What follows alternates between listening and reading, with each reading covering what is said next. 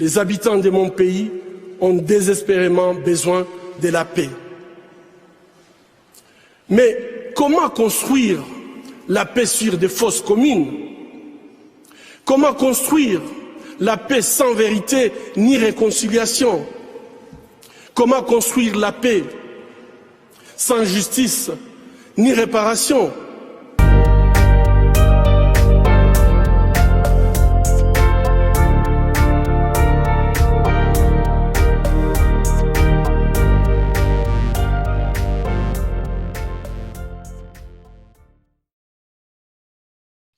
Amis auditeurs de la Voix des Grands Lacs, bonjour. Dans nos studios, nous avons l'abbé Fortunatus qui va poursuivre sa présentation sur les erreurs, les oublis ou tout simplement la transformation des événements décrits par le manuel scolaire qui a été publié par le ministère de l'Éducation français en 2019. Et où, dans ce manuel, on parlait du génocide des Tutsis de 1994. Je rappelle que nous avons déjà abordé plusieurs parties de cette chronologie et du contenu de ce manuel scolaire. Aujourd'hui, l'abbé Fortunatus entre dans la dernière partie de sa présentation, de sa conférence, pour conclure et mettre en exergue certaines autres imperfections ou erreurs, volontaires ou pas, il nous le dira, commis par ceux qui ont écrit et élaboré ce manuel scolaire. Abbé Fortunatus, bonjour. Bonjour, monsieur l'ambassadeur Jean-Marie. Donc, vous pouvez attaquer.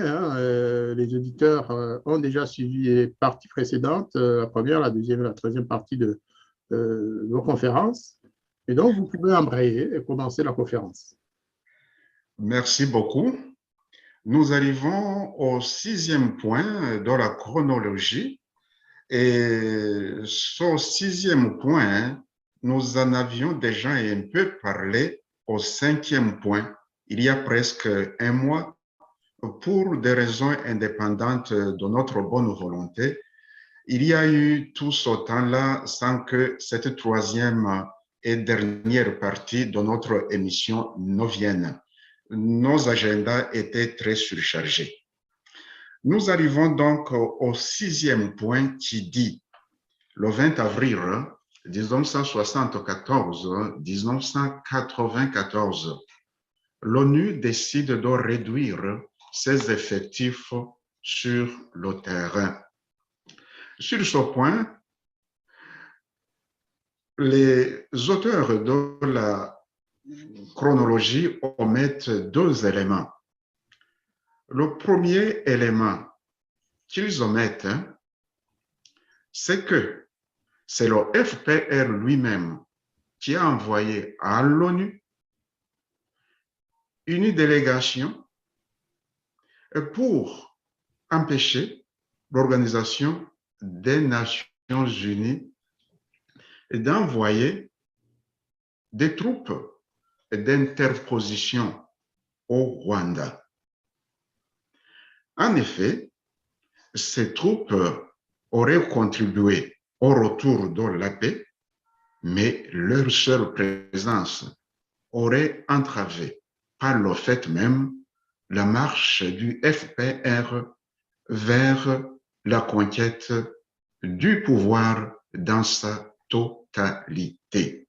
Donc, c'est le FPR qui a empêché l'ONU d'envoyer des troupes d'interposition au Rwanda.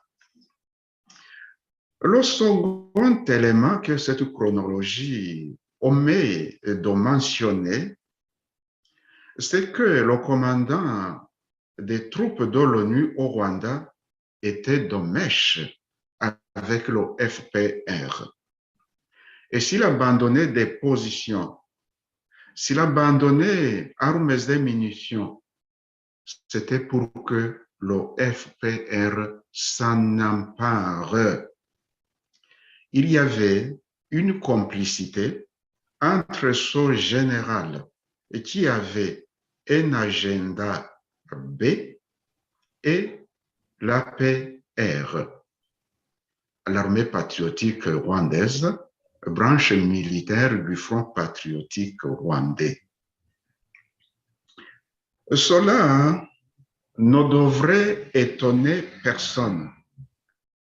Et parce que, comme le dit si bien le fameux historien rwandais Alexis Kagame, l'ONU et la communauté internationale en général, ce n'est pas une entité de structure statale apolitique monolithique, mais plutôt un agrégat de politique nationale, parfois sourdement, sinon farouchement opposées. Les choses en étant ainsi, il n'est pas surprenant que le chef d'une armée censée être d'interposition prenne parti pour l'une ou l'autre des parties en conflit. Tout dépend de quelle puissance membre de l'ONU lui donne ses ordres. Nous passons au 7e point et qui dit le 17 juillet 1994, victoire du FPR, fin du génocide et fin de la guerre. En quel monde est-ce que nous sommes? Victoire du FPR, mais à quel prix? Il y a des victoires qui laissent le vainqueur plus perplexe que le vaincu. Ici, je cite Maurice Druon, académicien français, auteur entre autres du roman historique Les rois maudits. Il y a des victoires qui laissent le vainqueur plus perplexe que le vaincu. Victoire du FPR le 17 juillet 1994 au Rwanda. À quel prix? Une victoire à la Pyrrhus.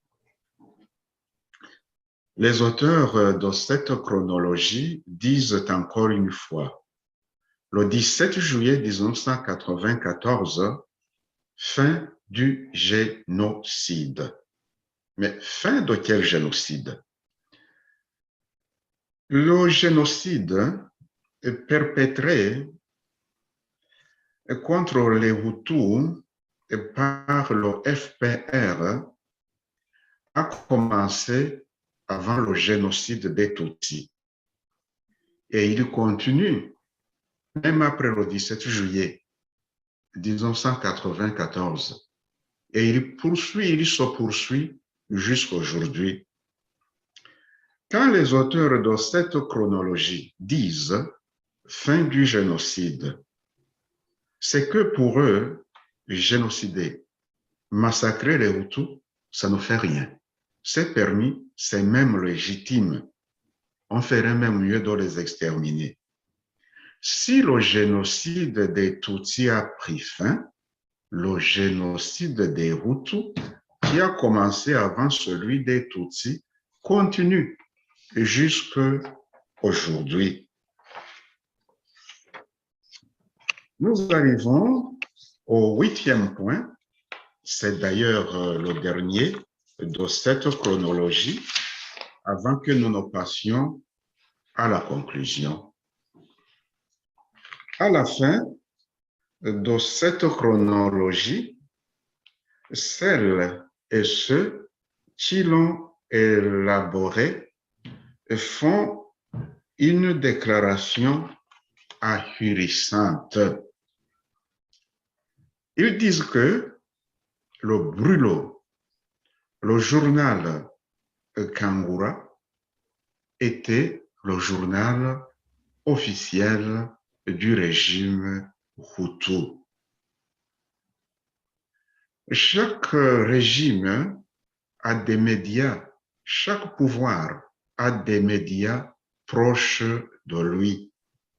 Même actuellement, le régime du FPR au Rwanda à des médias de ce genre, comme IDIE, comme Rufiach, mais on ne peut pas dire que ce sont des journaux officiels.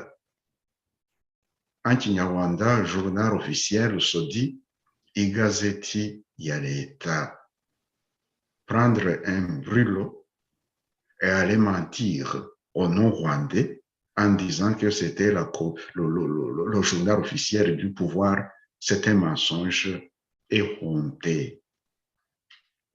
Et dans une tentative, une vaine tentative d'étayer son mensonge, ils exhibent les 10 commandements des Hutus publiés naguère par son média Kangura.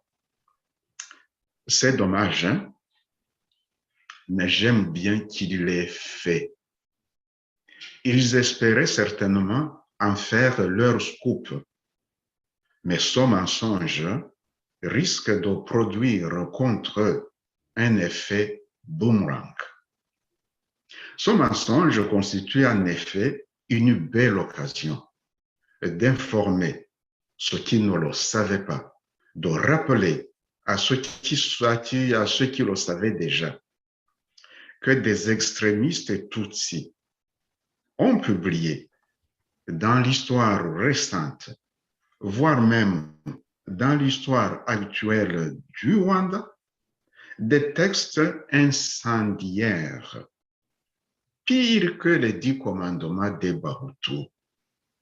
Et pourtant, les journaux ou autres revues qui les ont publiés n'ont jamais été élevés au rang de journal officiel. Voici donc certains de ces écrits émanant de milieux extrémistes Tutsis. Je vais vous en donner une liste qui est loin d'être exhaustive. Il y a par exemple les 10 commandements des Awatabazi. Ils sont sortis avant les 10 commandements des Bahutu. Et les Awatabazi, ce sont les Nyenzi dont nous avons parlé dans les émissions précédentes. Tous les Rwandais connaissent ou ont entendu parler des 2 lettres des grands serviteurs de la cour.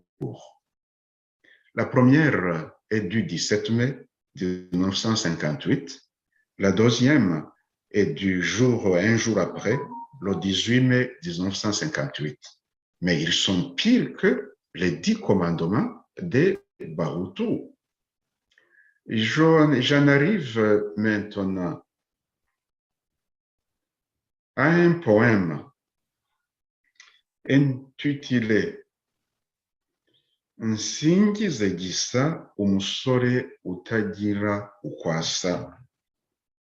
C'est le poème d'un ancien idéologue du FPR, Alexandre Tchimenyi, maintenant décédé, que le Seigneur ait son âme.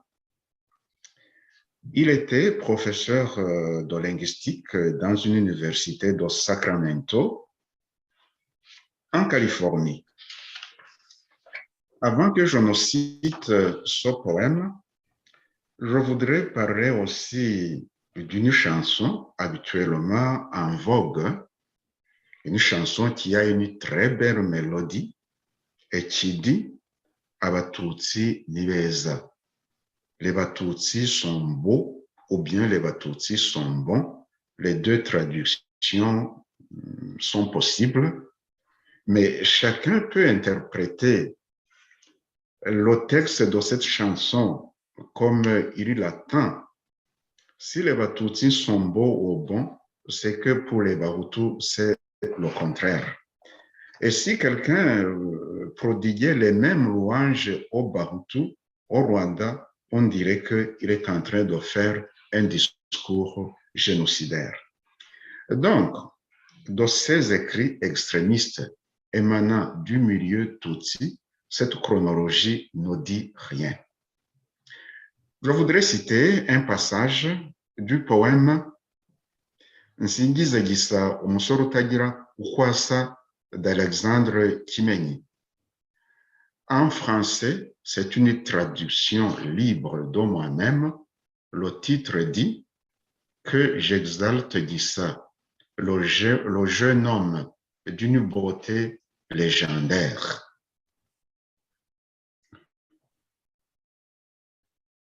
Le poète dit: toi, taureau combattant, qui as attaqué pour libérer la noblesse, maintenant que tu as décidé de vider l'arsenal et de lancer les premiers obus, ces misérables, c'est-à-dire les Hutus, ne tarderont pas à déguerpir. Ces rats sauvages qui ne sont en fait que des cambrioleurs corrompus tremblent de panique. Ces vauriens qui ne cessent de nous piller, qui ne cessent de nous massacrer dans le but de nous exterminer, ces traîtres qui se caractérisent par leurs joues dilatées, je les vois très vite détalés à pied et démunis. Ces voleurs qui troublent tant, ces laides créatures insensées à la mine furieuse, ces ennemis du Rwanda qui le salissent et le déshonorent, ces crétins qui ne pensent qu'à leur ventre gonflé, plaisent au ciel qu'il n'ait jamais de progéniture. Ces vicieux bandits qui exploitent nos richesses, ils ont entendu nos coups de canon tonner et ils ont été pris de panique. Ils ont perdu la tête et les voilà aboyés comme des chiens derrière les Blancs qu'ils supplient de les protéger et d'empêcher les nobles de les supplanter. Je demande que ces personnes partent avant qu'il ne soit trop tard.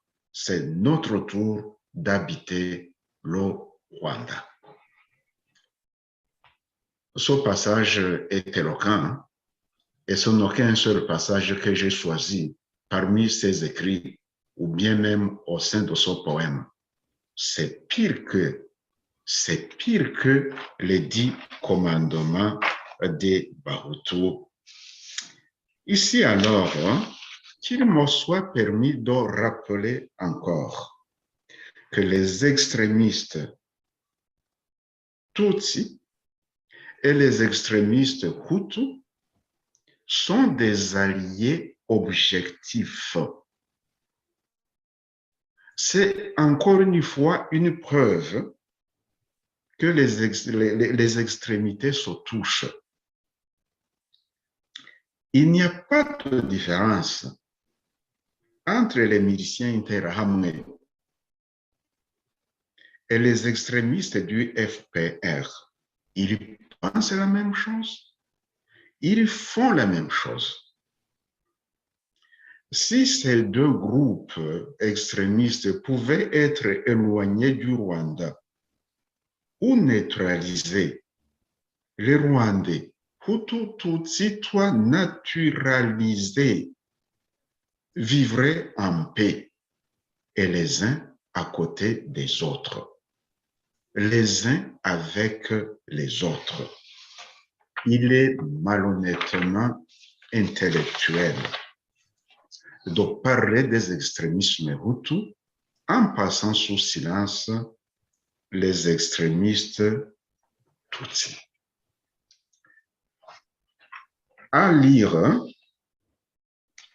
un texte comme celui-ci que je viens de vous lire, et bien d'autres encore, il n'y a pas de doute que ce sont des alliés objectifs.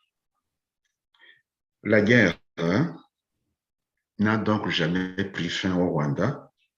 Le génocide n'a pas pris fin au Rwanda, le génocide continue contre les Bahutus.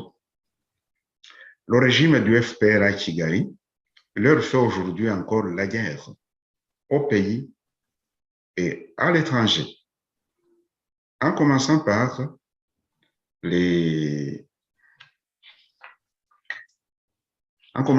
pays limitrophes. Fin du génocide, fin de la guerre, c'est un slogan vide. C'est un slogan vide de contenu. Maintenant, je voudrais arriver à la conclusion. Avant de passer à la conclusion, Abbé Fortunatus, est-ce que je peux ajouter un petit élément sur la prétention selon laquelle le journal Kangura était le journal officiel de la République rwandaise? C'est assez risible, si vous voulez. Oui, oui. Je ne suis pas un spécialiste de ce journal hein, qui a été répertorié parmi les médias de la haine. Mais c'est vraiment une exagération inacceptable, en fait. Oui, Pourquoi? oui. Parce qu'au Rwanda, il y avait bien un journal officiel comme il en existe en France. Pour ceux qui ne le savent pas, en France, par exemple, le journal officiel, c'est le quotidien officiel de notre pays, donc de la France, dans lequel sont consignés tous les événements législatifs, réglementaires, ainsi que les déclarations officielles et publications légales. Par exemple, quand vous créez une association ou un autre organe, hein, eh bien, quand vous voulez obtenir la personnalité juridique de votre association, à la fin, pour que tout soit bien légal et pour que tout soit réglementaire, il faut publier les statuts de cette association dans le journal officiel. C'est dans le même journal officiel que sont publiés, par exemple, les arrêtés, les lois en général. Donc, Oui. il ne faut pas aller jusqu'à prétendre que Kangura était le journal officiel de la République rwandaise. Pas du tout. En revanche, c'est vrai que ce journal, qui était un journal comme tous les autres, hein, qui était publié dans la capitale rwandaise, qui était peut-être un des plus anciens, parce qu'il a commencé sa parution, je pense, début 90, d'ailleurs avant la guerre de 1990. 6 mois avant, c'était au mois de mai 1990 que Kangura a commencé à apparaître. Alors qu'avant, le mois de mai 90, le même directeur de publication qui s'appelle M. Ngeze Hassan travaillait dans un autre journal qui s'appelait Kanguka. Et le journal Kanguka appartenait au magnat de la banque, du pétrole et du transport international, Valens Kajegourakwa, qui a été aussi un des grands financiers du FPR. Tout le monde le sait. Donc, Ngeze a travaillé pendant quelque temps pour Valens Kajegourakwa. Oui. Avec un autre journaliste connu, très connu au Rwanda, qui s'appelait Ravi. Ravi, enfin, il avait son nom que j'oublie. Mais en tout cas, Ngeze a travaillé pour Kajegourakwa et il n'était pas tendre hein, à l'égard du gouvernement rwandais à l'époque. C'était un journal critique. Et quand ils ont commencé le nouveau Kangura, comprenez, Kanguka, ça veut dire réveille-toi. C'est le titre de l'ancien journal pour lequel il a travaillé jusqu'en mai 1990. Il l'a transformé en Kangura. Kangura, ça veut dire réveille les gens. Ce n'est plus toi qui dois te réveiller, mais tu dois réveiller les autres. Et là, il a changé radicalement, effectivement, d'orientation. C'était un journal qui n'était pas tendre hein, à l'égard surtout dès le début de la guerre. Il était franchement contre le FPR et souvent contre les Tutsis quand même, pris globalement. C'est vrai. Mais de là à prétendre que c'était le journal officiel du Rwanda, pas vrai. D'ailleurs, il faut le signaler aussi, Ngeze Hassan, et je pense à 2 ou 3 reprises, est passé par la case prison justement pour ce qu'il écrivait, pour les critiques qu'il portait contre le gouvernement de l'époque. Vous savez, quand vous avez un journal officiel, vous ne mettez pas en prison le chef de la rédaction de ce journal, surtout dans des pays comme le nôtre à l'époque. Et n'oublions pas que depuis 1991, le Rwanda est devenu un pays multipartiste. Et que quelques mois plus tard, là je parle du mois de juin, lorsque le multipartisme a été adopté au Rwanda, et puis 8 mois plus tard, ou 10 mois plus tard, il y a eu un nouveau gouvernement dirigé par l'opposition rwandaise. Alors, journal officiel avant ou après avril 91, plutôt 12. Est-ce que pendant la période du Premier ministre Nsengiyarem et des autres, pendant qu'il y avait l'opposition qui dominait la scène politique, est-ce que ce journal était le journal officiel de ce gouvernement? La vérité est que Ngeze Hassan était très proche de certaines personnalités, c'est vrai, de certaines hautes personnalités du pays, mais que son journal n'a jamais été le journal officiel de la République. Il faut vraiment que les auteurs de ce manuel révisent leur copie et qu'ils disent la vérité et qu'ils disent ce qu'ils savent, qu'ils n'écrivent pas ce que leur souffle à l'oreille les agents de communication ou les propagandistes du FPR en France. Voilà ce que je voulais ajouter à votre présentation, Abbé Fortunatus. Merci beaucoup. Je voudrais moi aussi ajouter une autre précision. L'autre journaliste complice d'Ongeze Hassan, il s'appelait Ravi. Et Ravi, ça signifie en fait Rwabukwisi vital. Rwabukwisi vital, oui, oui. OK. Bon, j'arrive donc à la conclusion. Et je voudrais conclure en disant que le fait de ne pas connaître à fond une partie de l'histoire récente du Rwanda est tout à fait normal. Mais si cette ignorance, passez-moi le terme, si cette ignorance procède d'un parti pris, d'un refus de faire une recherche, de se documenter, alors cette ignorance est crasse et elle est impardonnable.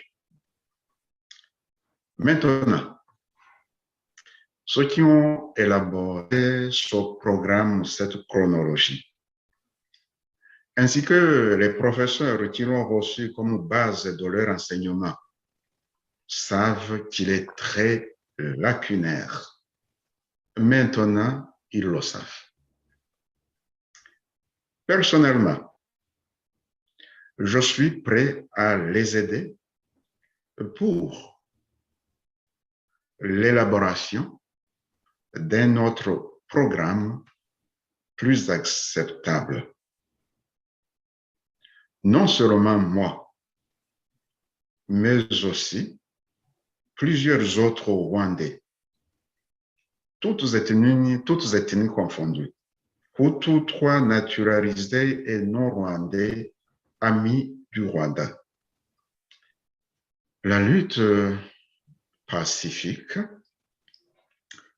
continue donc pour la vérité, pour la justice,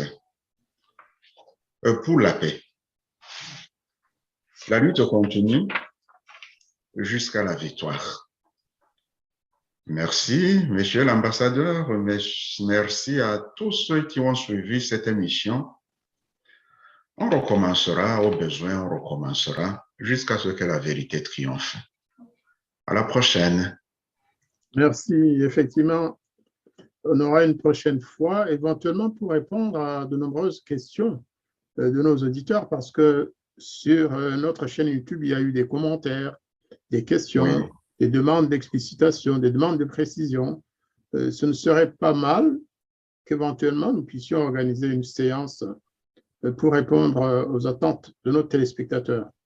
Ça peut être du direct, ou alors on peut les inviter dans nos studios pour vous poser des questions. Je sais que vous êtes toujours disponibles et en tout cas, la Voix des Grands Lacs sera là présente et fournira tout le soutien technique et autres que cela exigera.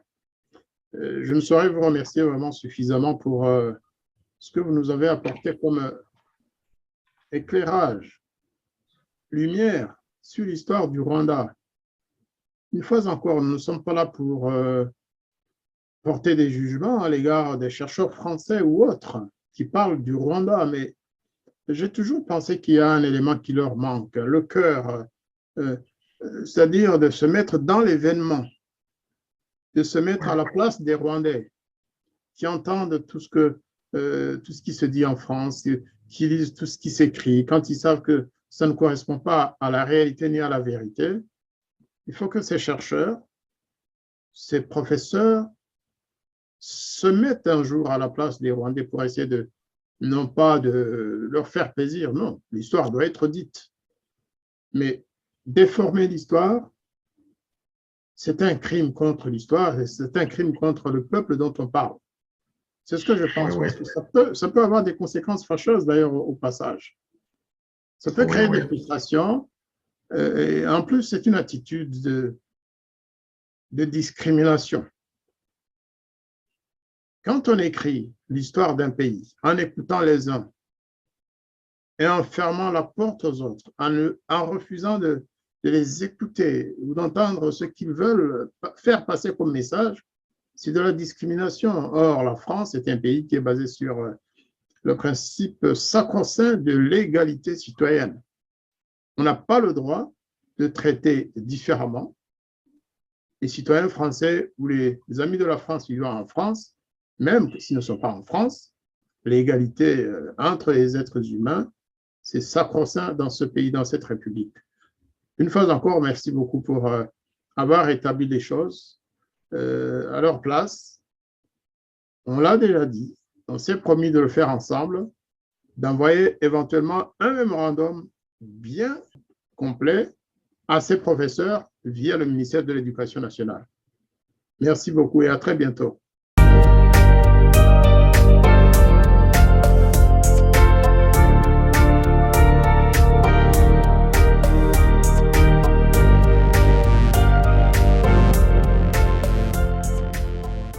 Les habitants de mon pays ont désespérément besoin de la paix.